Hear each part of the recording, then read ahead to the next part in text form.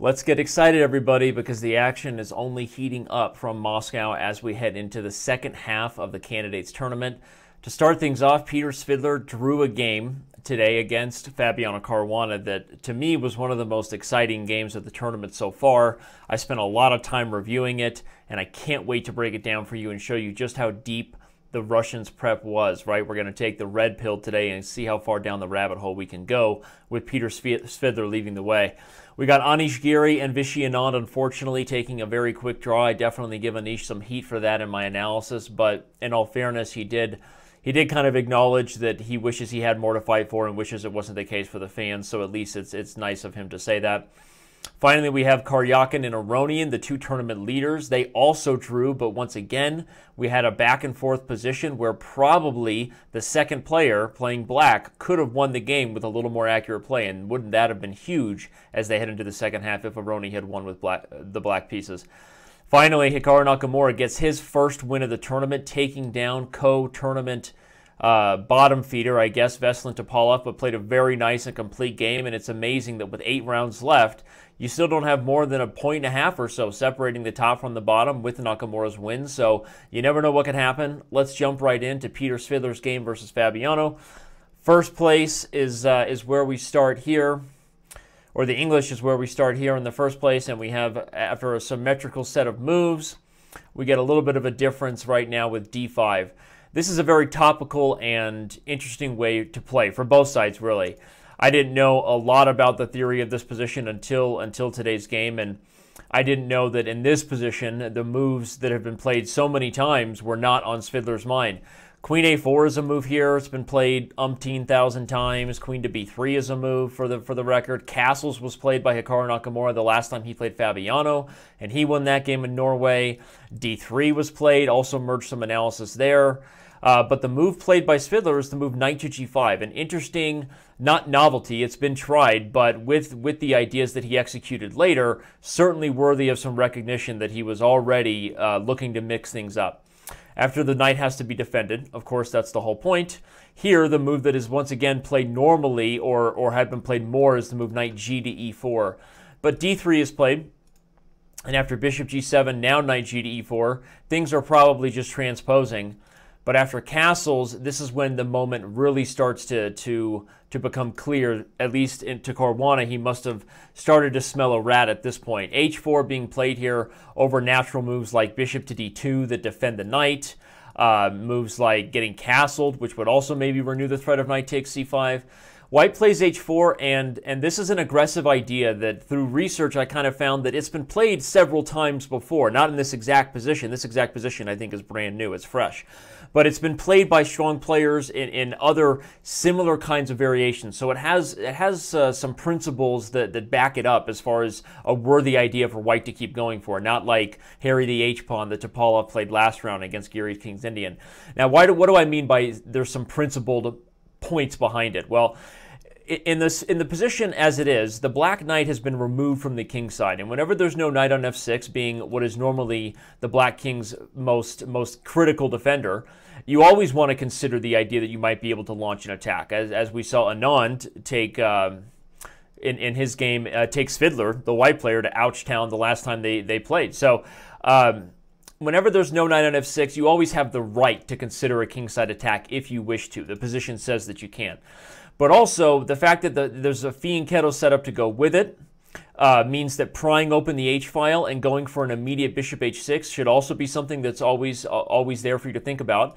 And doing it in an ultra-aggressive manner is also justified because of black's queenside development. So if I'm going to review for you the reasons why h4 I think is really interesting and dangerous and why Svidler tried it here, it's because there's no knight on the king side. We have a fianchettoed structure, which is going to justify the early shoving of that pawn, and a little bit of a lead in development.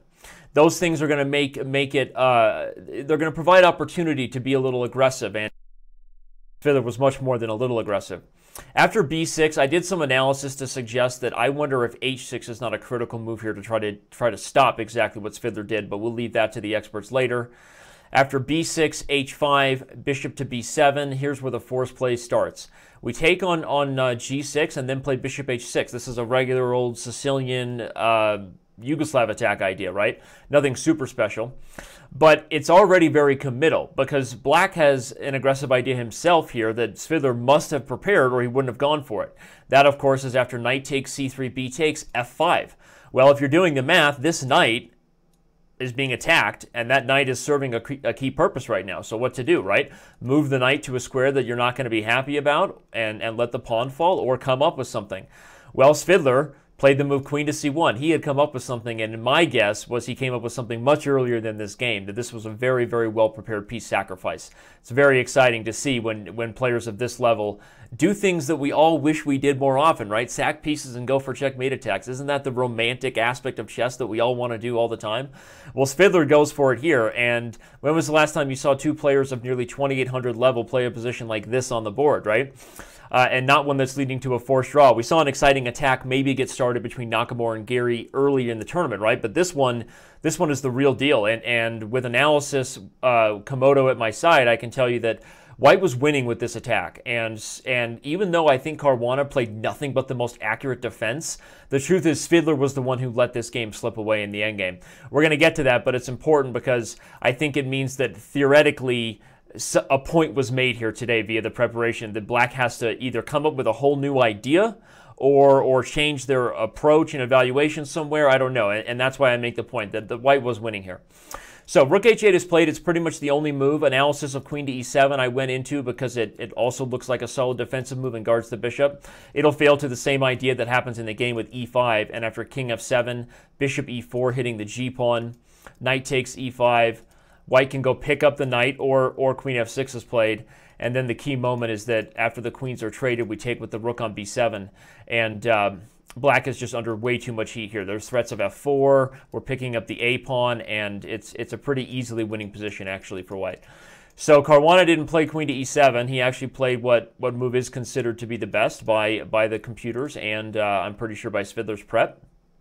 After e5 check, note, of course, you can't take the pawn because that's Chekalina La Schlamba on e5 if you speak French. If you take with the knight, I can then check and, once again, take on h8 and either pick up the pony or the bishop. Both things are actually pretty good for White. I think bishop takes is the winning move, though.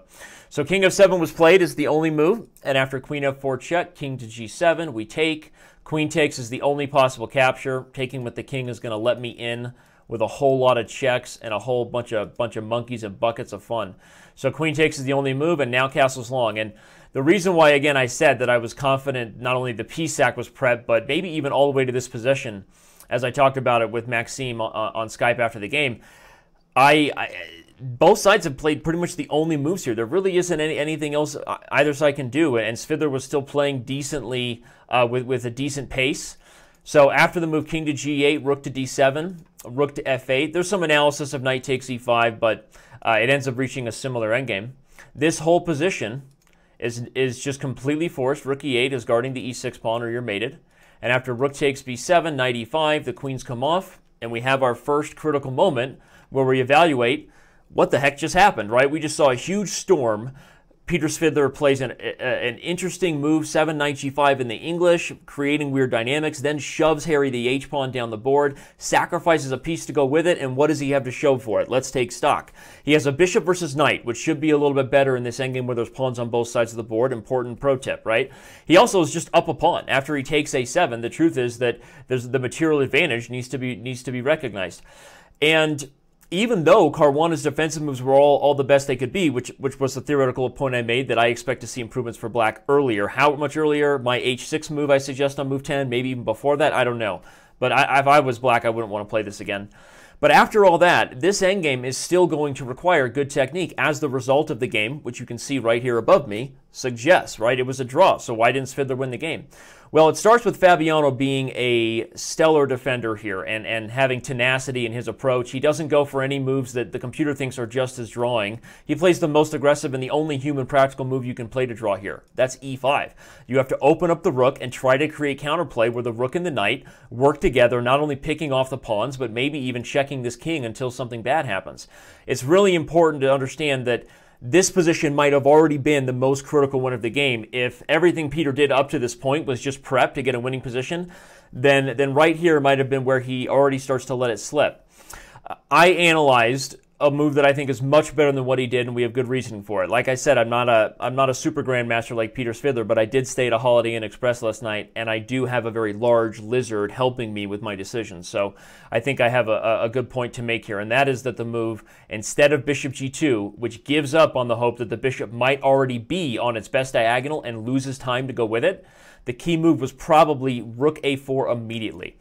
Very strong. The key point to calculate first is that b5, a move that would defend the knight and gain a tempo, just loses to bishop d7, where the bishop versus knight straight up ending, forget about the fact that I'm just winning another pawn, is really not what black wants. Black has no chance for the knight to battle the bishop in this kind of what's going to become a bunch of passed pawns trying to get queens. So if b5 isn't possible, rook a4 is very principled. It asks the knight to find a bad square. The knight doesn't want to retreat. If the knight goes to d6, as I analyzed, which I am going to get to right here, if the knight goes to d6, we have rook a6. And to prove the point of why this whole tempo thing might be good is, at worst case scenario, I think the knight coming back to c4 might actually be the best move.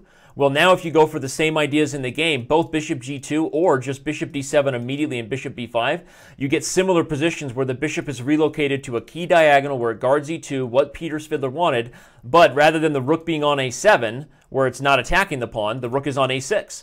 So to go with whatever else you think about this position, white has just gained a significant tempo by this little rook tickle, which I'll show you again in ESPN instant replay style, right? The rook tickles to an improved square, and this is just going to be a much better version of the same kind of ending for Peter Svidler.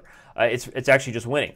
If e takes f4 is played here, again, taking here, you can calculate or you can see the analysis at the news reports, but also winning for white because I'm gaining a tempo on the knight. So what if you don't play knight to d6? What if you play knight a5 instead after rook a4, right? That's key because it might block the rook. Maybe that's what Peter saw. I don't think so. And a key line is that now we swing over rook e4, pinning the pawn. And a really fun line is shown with bishop d7, rook e7, f takes e5, and says, hey, you'd like my bishop, wouldn't you, right? Well, that's a little fork right there for you, so don't take it. And anyway, so if that happened, we would have seen a really awkward English accent just coming out of Peter Svidler's mouth, and we would have seen him just winning the endgame. So if that line isn't enough, you can check out other variations that are, again, included in the news report. But I think that was huge, and I think Peter Svidler's best chance to win was right here, right now. Don't get me wrong. I'm sure after bishop to g2, white was still the only one who could win. He was still playing for 2 results. But Fabiano just plays awesome defense. First he puts the knight on the right square and moves the rook. Now after taking f4 and just going after the pawn, you can already see how different this position is versus what happened where the rook was putting the knight and the rook back on their heels, right? Here black is getting counterplay. And after king to d2, Fabiano plays the next series of very accurate moves. And here, I say in the comments, maybe this is his last try, that he should have played rook to b7. It's hard to say in a position where we still just really are afraid to be black here. The rook and bishop are better. The white has the passed e-pawn. But Fabiano defending really well against the move played in the game e4 makes me think that white should have played the move rook to b7, forcing the rook back to f6. And my point is that now e4 comes with a tempo because we're threatening e5. The whole line Fabiano goes for with the rook and knight working together in the checks wouldn't really be as effective here because of that little move order difference. There was some time pressure here. Note that they're nearing move 40, so we have compassion for the players with that. But I think rook b7 and e4 was the best. Instead, we're going to go with e4 as Svidler did. But now watch what Fabiano does. He calculates and assesses really well, under time pressure, where the knight needs to be. The knight normally doesn't like trying to stop past pawns, right? That's not the horse's forte, is stopping past pawns. But Fabiano gives the check and puts the knight right where it needs to be, where it's prepared to go to d6 or f6 the moment the pawn pushes too far and then blockade the e-pawn. After that, the c3 pawn falls with check, rook to e3, and once c4 is played, Svidler recognized, hey, who's saying my pawns are any better than yours at this point, and just took on e4 after a check. After a check and a couple pawn pushes, and they agreed to a draw. So, in review, there was some super exciting play to start this game. I think it's going to change the way the theory is evaluated about that little tricky 7 knight to g5 move. I'm not sure where all the improvements are. Don't have time to do it all. But I think that was exciting, and it'll be interesting to see where top players improve upon that. If you play this opening for either side, that'll be a nice little thing to look forward to over the rest of 2016. But the piece sack and the attack, that was just a ton of fun, and I think it should have led to a full point for the Russian. Unfortunately for him, it didn't. And unfortunately for us, the analysis of this game has to end, and we have to move on to the most boring game of the round by far. But we have to look at them all, and that, of course, is between Giri and Anand. There really is no other way to say it besides we're disappointed. Starts with maybe a Queen's Gambit decline, maybe a Rogozin. That's always exciting, but no. After Queen to C2, which is not a very popular move order, C takes D5 and Bishop G5 are much more popular. Giri had something in mind, and he said he did with the prep, but it didn't work out. But after Bishop B4, A3, I was already sort of critical that even with saying you had prep, A3 is really just not the most dynamic way to play the position. C takes D5 and fixing the structure is what White needs to do if White wants to win these positions. What is the difference? Well, I explained it a lot in the written analysis, but to summarize it just very quickly here, the basic point is that by fixing the structure, and whether you even play A3 here, which is possible, or Bishop to G5, note, of course, as I said, that Knight takes D5 is just not an option, because then you have the Queen's Gambit dream right there with just D4. So after E takes D5 with either A3 or Bishop G5, the main point is a very, very simple one. It has to do with the pawns. If Black ever wants to play C5 now, and they will, you will always get more dynamic play than what you got in the game, because the definition of the structure that's going to occur after this is an IQP. There's going to be an isolated pawn. Whether White plays E3 and then Black takes and White takes back with a piece, leaving an IQP, or White voluntarily takes in some positions, or it doesn't even happen because in some lines maybe White goes for things that close up the C file and therefore make C5 very difficult. So the point is that, and this exact position, maybe Knight E4 is the possibility, but it's not relevant. What's relevant is that by creating the fixed and open C file, White either prevents C5 in a lot of positions or ensures long-term dynamic chances on the IQP play.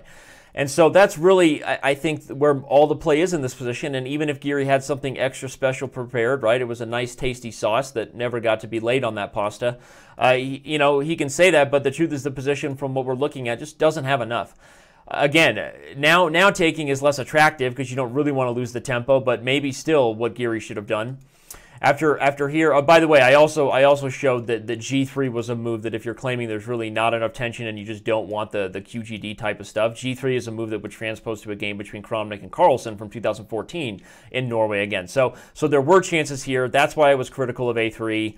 And unfortunately, with the line that happens after C5, E3 takes D4, Giri said that he was surprised by the move Rook to E8 and sort of panicked. He knew that he was going for a line that kills the whole position, but he didn't want to take his chances in the variations that occur after C takes D5.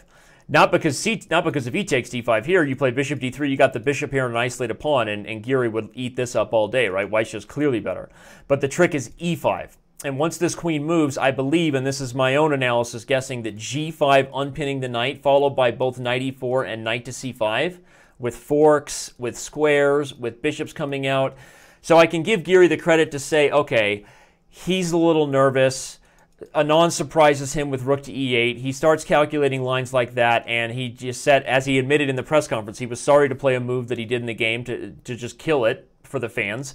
But he didn't want to take on Vishy and probably whatever engine he's got at home in that position. So he kind of panicked and ended up just taking on F6, which is just a move you know is ugly because you're giving up the bishop pair voluntarily and just inviting a boatload of trades, as Napoleon Dynamite would say, and with it, just a draw.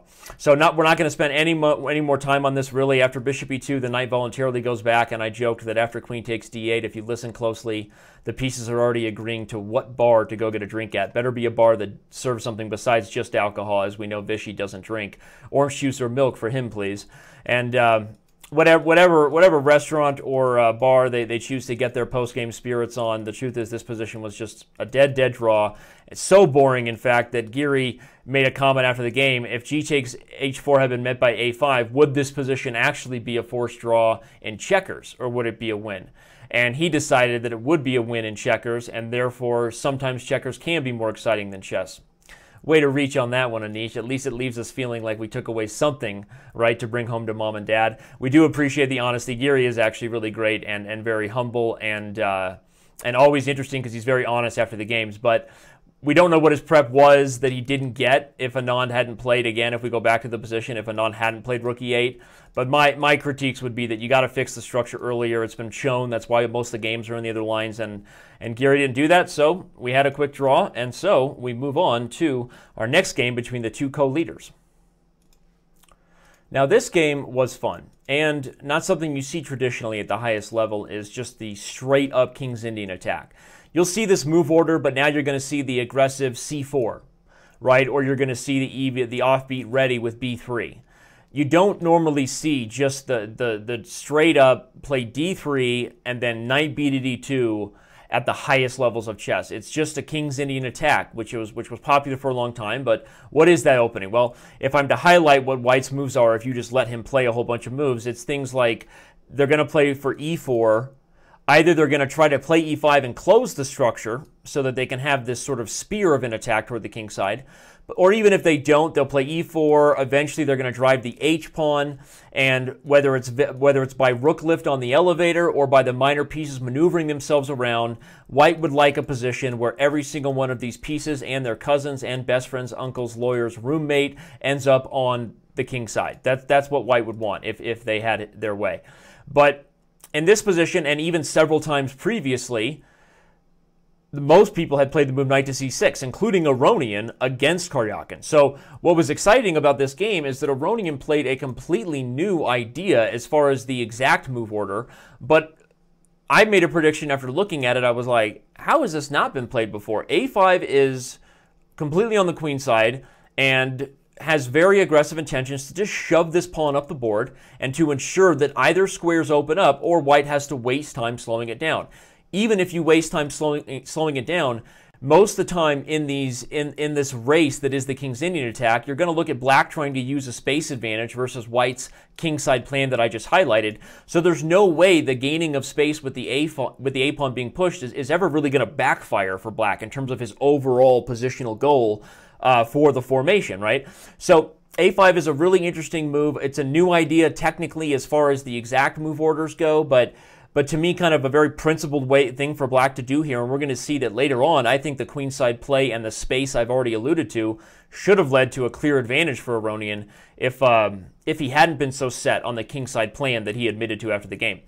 So here we go. A5 is played, and of course E4 is met by A4. That's the idea. I wasn't kidding when I said I want to shove this pawn and either make you make weaknesses that my pieces can later hop themselves into, or play A3 and shut down the studio, right? Hashtag Dave Chappelle show reference. First time I've ever done that. I've made a lot of pop culture references. Can we stop and appreciate that for a second?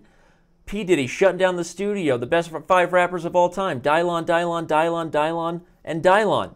Right, anyway, sorry, a little distracted, but I've never made a Dave Chappelle reference before.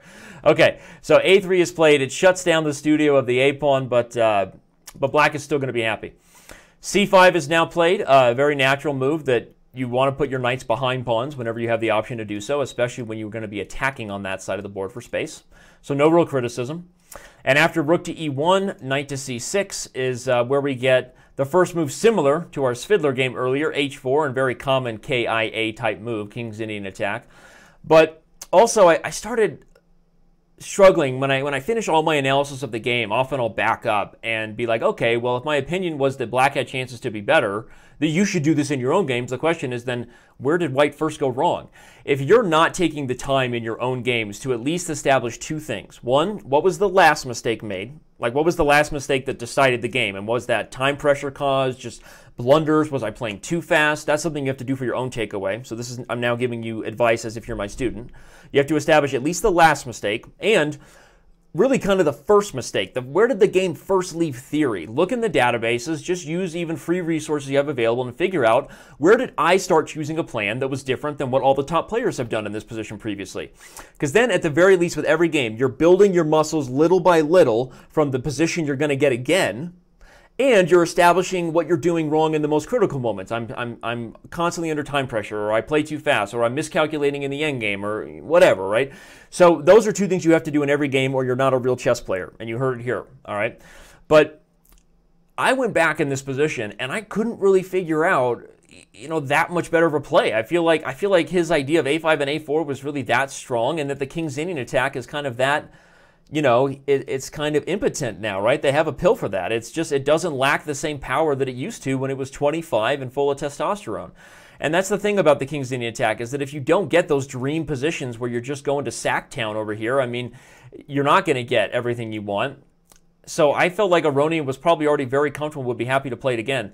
I did make notes then, you know, that e5 is also a possibility for white. Of course, earlier, you know, if we're talking about this, then we can say that, you know, there are different moves that white can play. White doesn't have to be fully on tilt or pot committed to the King's Indian attack that early. You know, we've already talked about that's why we see more like ready type positions and those things too. So not trying to say the King's Indian attack is busted. I can already see the hateful messages from some Chess.com member being like, I play the King's Indian attack and win all the time. Anyway, I get it. But the point is, it didn't seem like black really was ever under serious fire. And, okay, so in all fairness, let's go a little further and say the position is probably just totally equal here.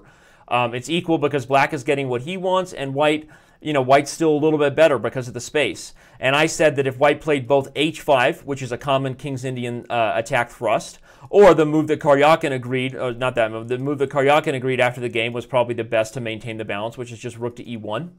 So if either rook to e1 or h5, we're not saying at all that white is worse, but we're saying the position is about balanced and equal. Black's kind of getting what he wants, and the nature of the game is going to change. White's not going to be able to just put his head down and shove over here anymore. It's going to be a more dynamic battle in the center. But Karjakin didn't do either of those, and for whatever reason was really excited about his attack and played knight to g5. And so officially here, I can now start to say that I think here black was the one in control for several moves. He plays the move he plays rook a6 first. You have to defend the undefended knight because there are threats of discoveries. And after queen h5, h6, the knight comes back to f3. And after just the simple f5, which stops the rook from coming to g4. I mean, obviously, I think if Karjakin committed to this thinking that this is what he was going to get, and that he was going to sack on h6 with the bishop and just blow it open, then yeah, I understand. That's why he probably got excited about knight g5.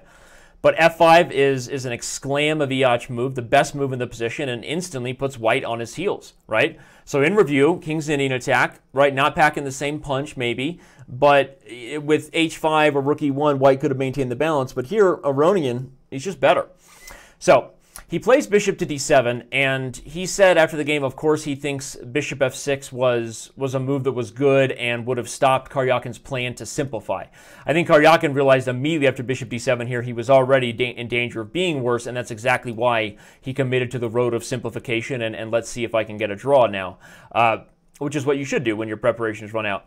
So because of that, I think Aronian probably should have played bishop f6. I think it just stops knight e5. It's just a move that looks so good. It feels right to put the bishop behind the pawn. The queen and knight are just not in their ideal positions. I'm threatening to go for b4 and do the attack the way it was meant to be done on the queen side. Tell me, can I get an amen, right?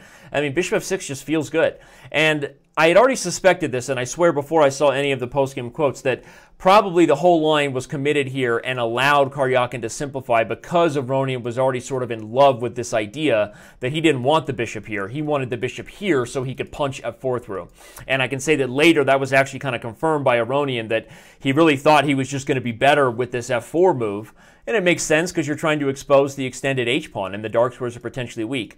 But because he was so committed to that is why he didn't play bishop f6, and it's also why he probably didn't win the game. He played queen f6, which actually is right as far as where he wants the game to head if he thinks he's going to win with the kingside attack.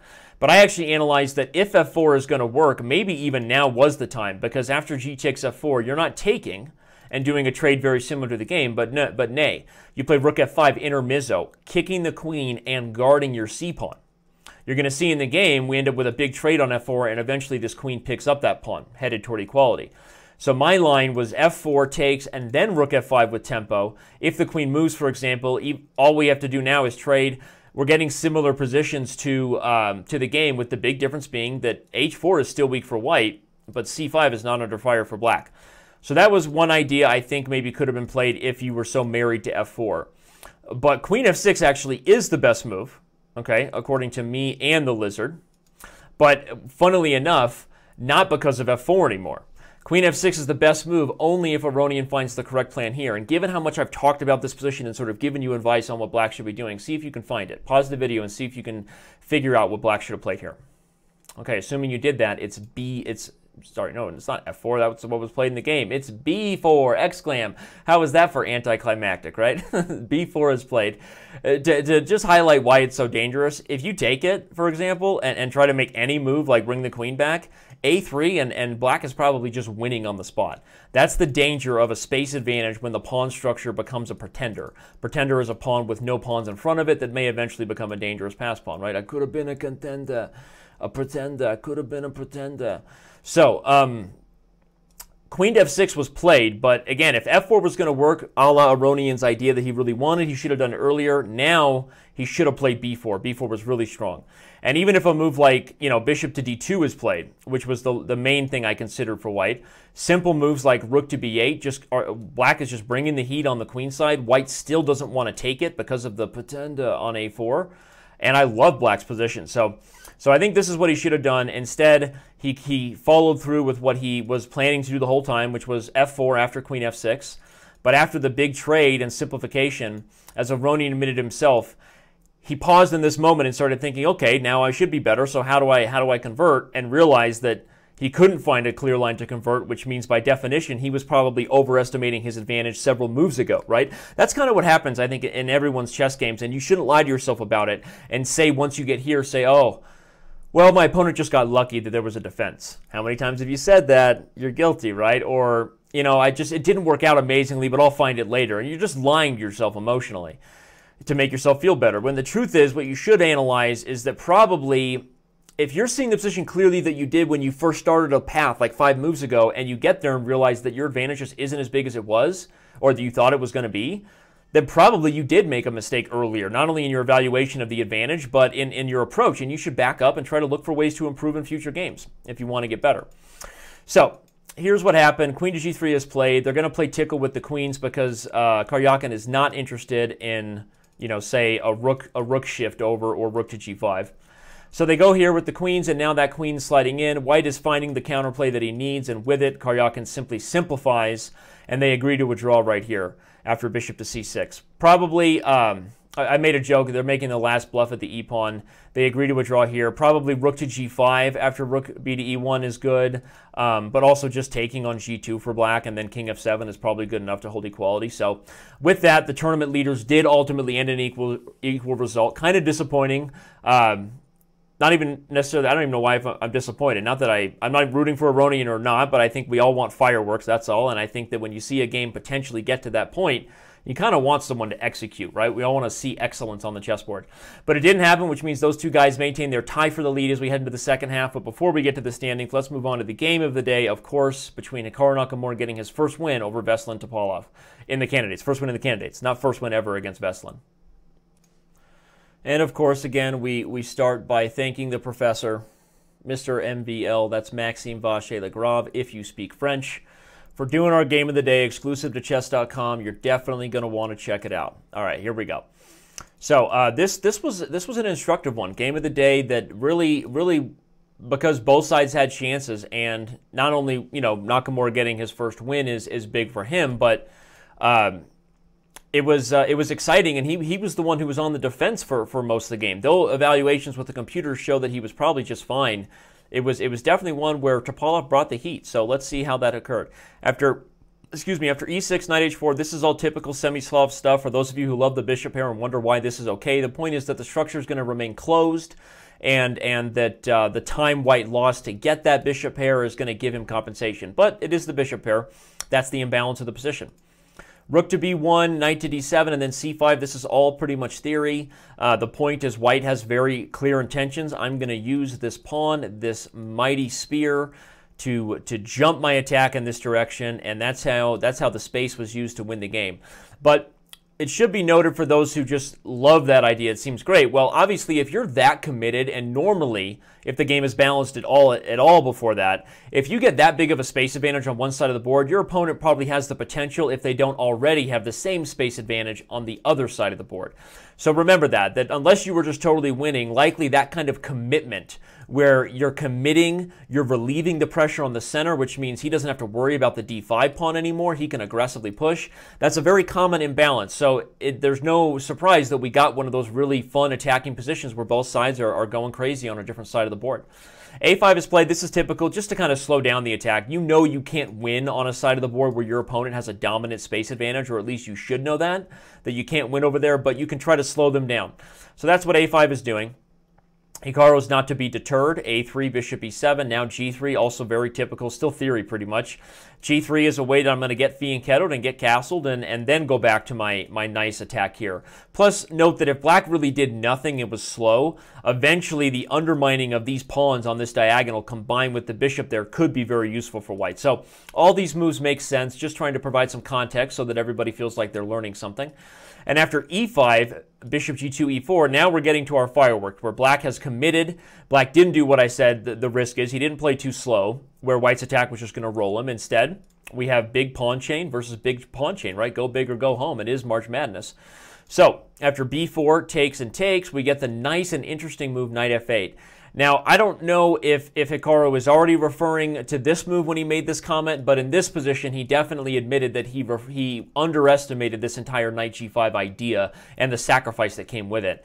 So whether it was just the exact position of knight to g5 after knight a4, or whether it was kind of when the plan was started where he just didn't realize how potentially dangerous it was and maybe earlier should have made moves like castles, that's what he said in the post-game commentary, was that he was unhappy with himself for underestimating black's play.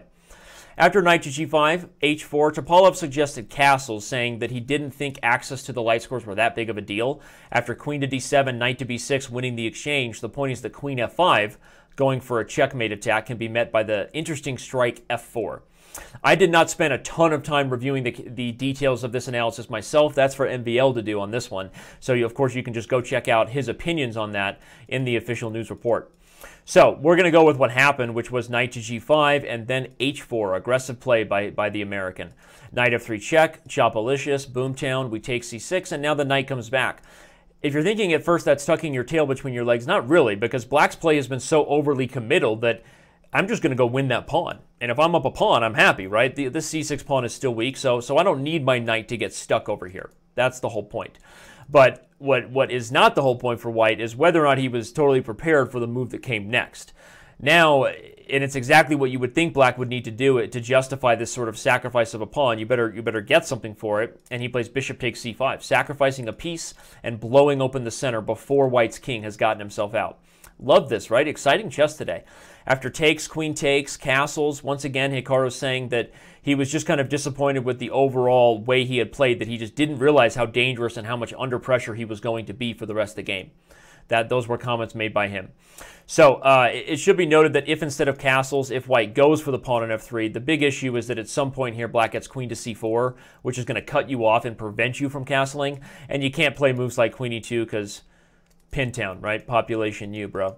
So because of that, Hikaru kind of had to castle, and that means the position we get here was pretty much all forced. Now, one of the key points is that a tactic for black that would just win on the spot doesn't work here, and that is the move rook a1, trying to deflect the queen away from hitting f3 so that we can just inch our way in and checkmate. If you were wondering before, why doesn't black just play queen h3 and win? Well, that's why, because I have queen takes f3 and I'm defending everything.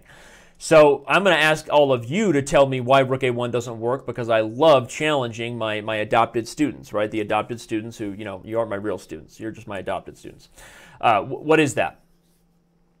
Okay, right? If you want to be a part of the family, you have to think really big, adopted students. No, I'm kidding. I'm not trying to make offensive adopted jokes, all right? Relax, people who want to attack me. Thank you.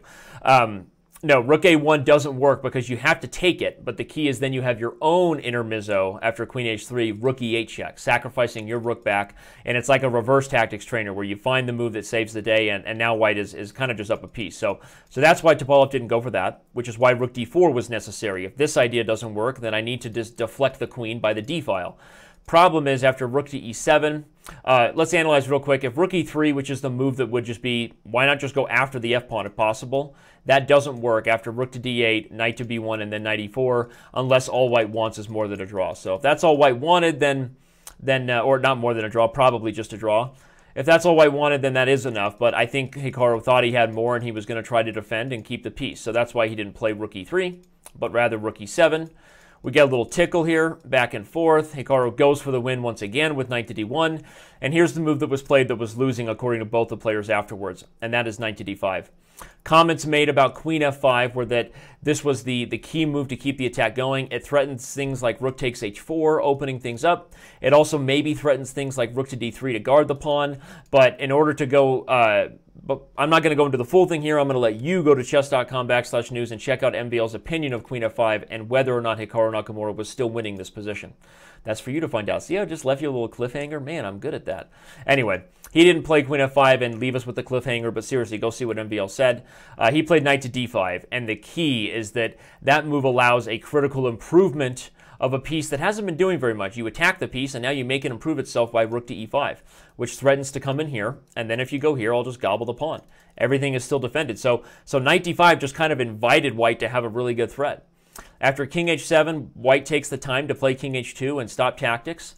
After knight f6, bishop e3, white is just beating back the lions here. Next, we're going to have rook g5, and I'm going to kick your queen back. I'm up a piece. I'm continuing to win, right? And as Topalov said, the next move he played would have been really awesome if it wasn't just losing, which I love that. And that's just rook to b8. Would have been a great move that deflects the queen and then brilliantly wins because of the move rook h1 check, and then I mate you.